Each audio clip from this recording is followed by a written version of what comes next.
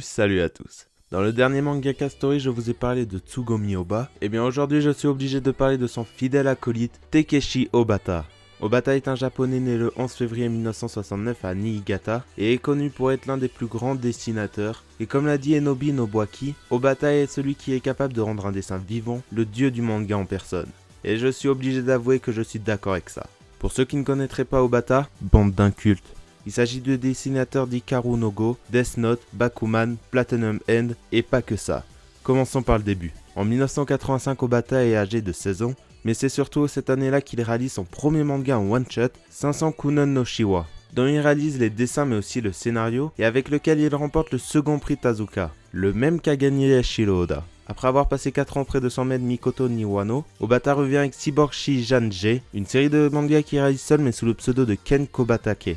C'est en 1991 et 1992 qu'il décide de réaliser uniquement les dessins d'un manga, et c'est pour le manga de Suzumo Sendo, Arabian Manjin Bonkonta Rompo, mais cela ne l'empêche pas de sortir durant cette même période Mugondoshi Dream Master et Deteki Toukurei Tami Tarakun, deux one-shots qu'il réalisera seul. Et en 1992, il décide de sortir sa deuxième série de manga, Rikijin Densetsu Oniwu Tsugumono, qu'il réalise jusqu'en 1993. Mais ce qu'il ne sait pas, c'est qu'il s'agira du dernier manga qu'il réalisera seul dans son intégralité. Car de 1995 à 1996, il dessine pour Sarakumaru. Cette co-réalisation donne naissance à Karakurizoshi Ayatsuri Sakon. C'est de 1998 à 2003 qu'Obata voit pour la première fois l'un de ses mangas publiés dans le monde entier, Hikaru no Go. Et c'est aux côtés de Yumi Ota qui vit cette première aventure internationale. Et si vous lisez des mangas, vous devez savoir qu'en 2003, Obata fait la rencontre qui marquera un tournant définitif dans sa carrière. Sa rencontre avec Otsuishi avec qui il réalise Hajime, un manga one-shot qui rencontre un succès fou au Japon.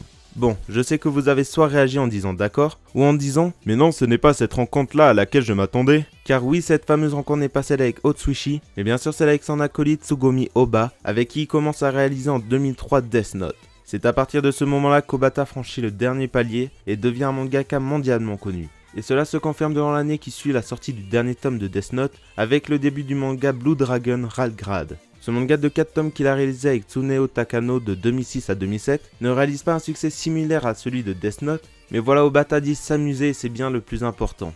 Et c'est dans cette mentalité qu'il réalise en 2008 Hello Baby, un one-shot réalisé avec Masanori Morita, et Oruboe Rubaros avec Nishio Ishin. Et en 2008, surprise, Obata se retrouve à nouveau réuni avec Oba, mais cette fois pas de thriller mais un manga basé sur le métier de mangaka, Bakuman. Un manga qui les a réunis de 2008 à 2012, et de 2 mangas co-réalisés par Oba et Obata. Et c'est suite à la fin de ce manga qu'Obata prend à revers tout le monde et annonce qu'il prend près d'1 an et demi de vacances afin de se reposer, ce qui est compréhensible et bien mérité pour lui. Et c'est début 2014 qu'il revient avec un nouveau manga, All You Need Is Kill, un manga de 2 tomes scénarisé par Ryosuke Takeuchi. Mais pas que, car en 2014 il sort le manga Erdiki Eukinine, un one-shot réalisé encore une fois avec Nishio Ishin. Mais ce n'est pas tout pour cette année-là, car fin 2014 il se lance dans les dessins de School Judgment, un manga de 3 tomes scénarisé par Enoki Nobuaki, et quelque chose me dit qu'un manga time destiné à ce manga ne devrait pas tarder à arriver.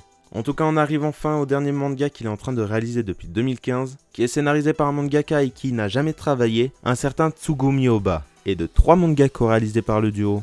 Et pour ceux qui ne voient pas le manga dont je veux parler, c'est Platinum End, un manga qui compose à ce jour 3 tomes. C'est enfin la fin de cette trop longue liste de mangas qu'il a réalisé. Je vous préviens qu'il est possible que j'ai massacré au passage un certain nombre de noms de mangas ou de mangaka, et je m'en excuse d'avance. Mais si ça vous a pas suffi, sachez qu'au total ça fait 18 mangas pour environ 80 tomes. C'est juste énorme. Et si vous voulez vraiment tout savoir, sachez qu'en 2009, alors qu'il travaille sur Bakuman, Obata se lance dans une nouvelle aventure. La réalisation des graphiques d'un jeu vidéo, Castlevania Judgment. Bon, je suis obligé de m'incliner et de moi aussi le considérer comme le dieu des mangas. Même si je considère qu'il n'a pas eu la reconnaissance qu'il méritait, car hormis le prix Shugakugan et le prix culturel Osamu Tezuka pour Hikaru no Go, et le prix Tezuka pour 500 Kunen no Shiwa, Obata n'a pas gagné d'autres grandes distinctions, hormis en France où il a pris l'habitude de remporter des Japan Expo Awards. En 2007, Oba remporte dans les prix du jury catégorie bande dessinée asiatique, le grand prix et le prix dans la catégorie shonen grâce à Death Note. Il y remporte aussi dans les prix du public catégorie bande dessinée asiatique, le prix catégorie shonen, catégorie dessin et catégorie scénario grâce encore une fois à Death Note. En 2008, alors qu'il est présent à la Japan Expo, il repart les mains vides. Mais en 2011, alors que les Japan Expo Awards sont totalement revus, Obata obtient le prix du meilleur shonen grâce à Bakuman. J'espère que vous avez compris ce qui fait d'Obata le plus grand mangaka de tous les temps, ou du moins j'espère que mon bourrage de crâne a fonctionné. En tout cas, Obata a réussi à se faire un nom dans le milieu des mangaka et du dessin notamment grâce à ses co-réalisations avec Oba.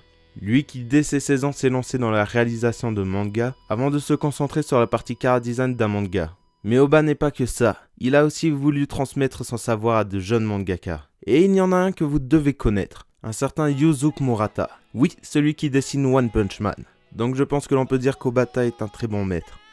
C'est la fin de cette vidéo. Ça faisait longtemps que je voulais vous parler d'Obata, car je trouve son travail juste magnifique, et que je pense que l'on mettra en avant les mangaka qui s'occupent de l'intégralité d'un manga, ou qui s'occupent juste de la partie scénario du manga. Alors que ce qui donne envie de lire un manga lors du premier coup d'œil, ce sont les dessins. En tout cas, j'espère que cette vidéo vous a plu. Pour me le faire comprendre, n'hésitez pas à lâcher un pouce bleu et à vous abonner pour ne pas rater les prochaines vidéos. Sur ce, on se dit à la prochaine. Ciao.